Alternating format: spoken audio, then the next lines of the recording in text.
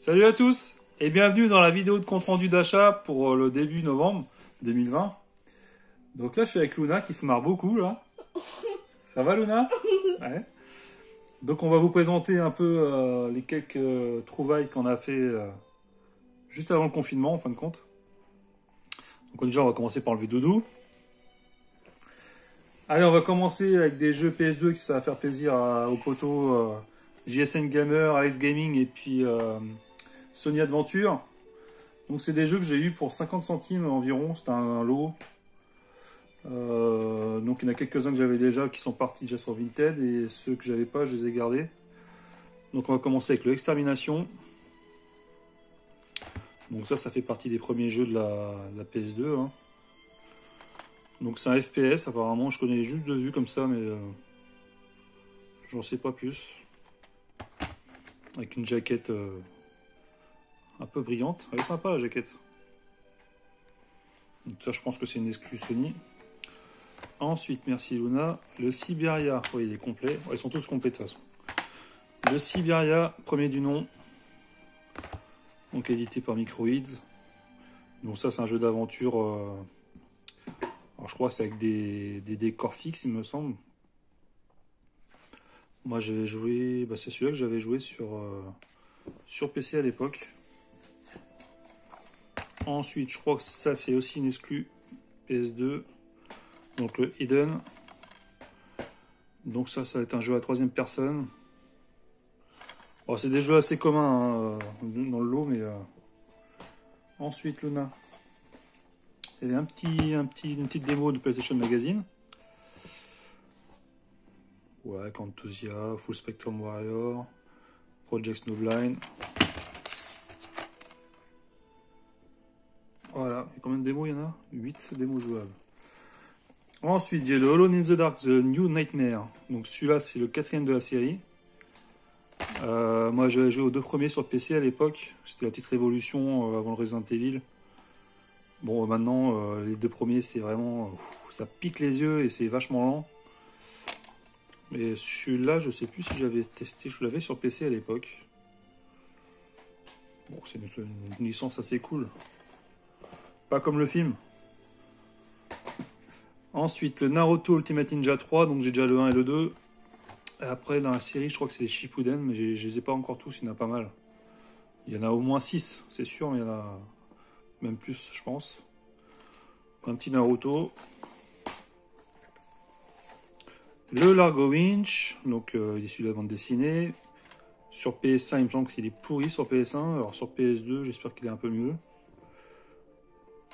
On verra bien. Au prix que j'ai payé de toute façon. Le Stolen. Avec une jaquette bien sympa. Moi ça je connais juste de vue, c'est des jeux que j'ai jamais testés. Le Seven Sins, donc les 7 péchés capitaux.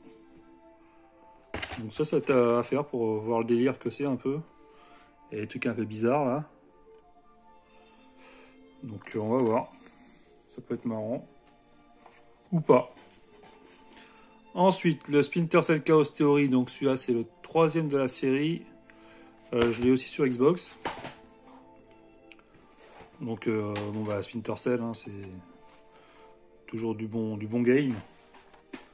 Donc ensuite on va passer sur un lot PS3 que j'ai eu sur le Bon Coin. Alors à la base j'étais parti sur, tiens donne-moi l'autre plutôt. Sur ce jeu là que j'avais vu à 10 €. Donc une personne qui vendait ce jeu à 10 €.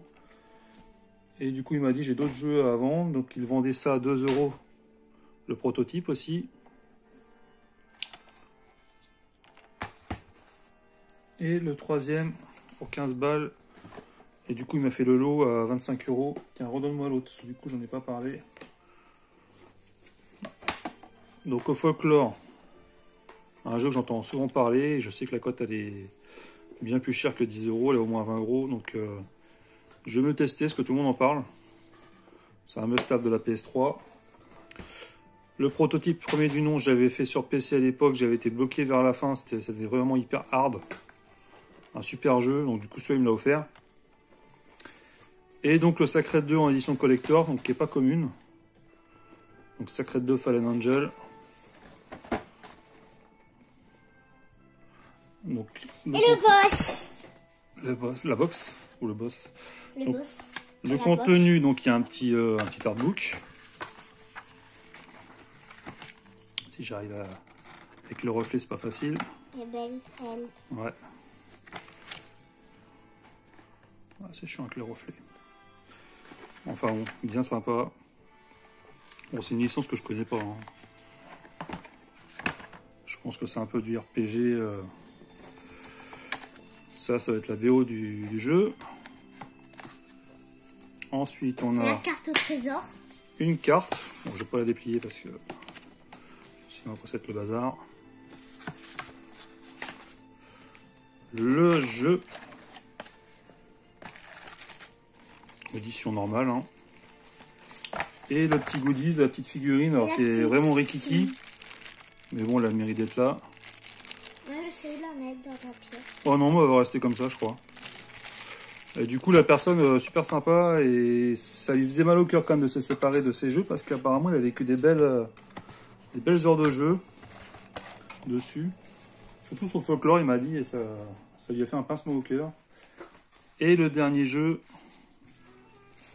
donc un petit jeu PSP, une compilation King of Fighters avec tous ces coffres-là. Donc ça va faire plaisir à Khaled Funiman, mon pote.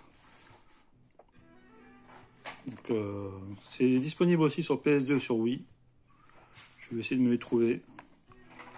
En tout cas, sur PSP c'est cool, ils font toujours des petites compiles comme ça, c'est impeccable.